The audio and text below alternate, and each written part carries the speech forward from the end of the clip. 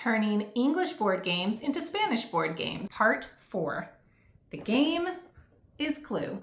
Now these next two games are a little bit harder to play in Spanish without making some tweaks to the board game itself. So for starters, there's this little detective sheet and you can see that it's fully in English.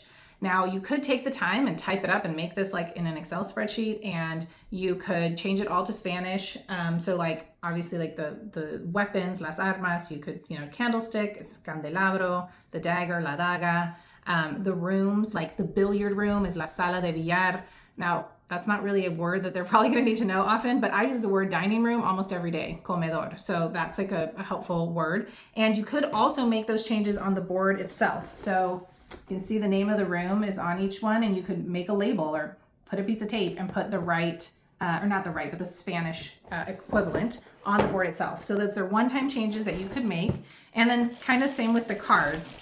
You could put the Spanish word on the card as well, and then that would help them to play the whole game in Spanish. So in English, even right here in the directions, it actually tells you word for word that you need to say, I suggest any character with any weapon in the room you are in. And so it tells you what to say. And so you would want to have that maybe translated, like, yo creo, whatever, esta persona con esta arma en este cuarto, donde estoy. You could also change the character names.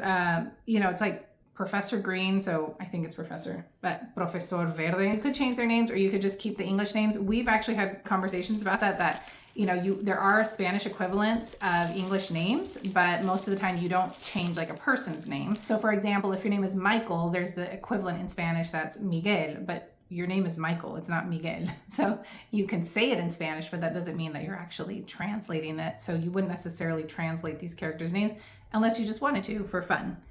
So that's the fourth game, Clue.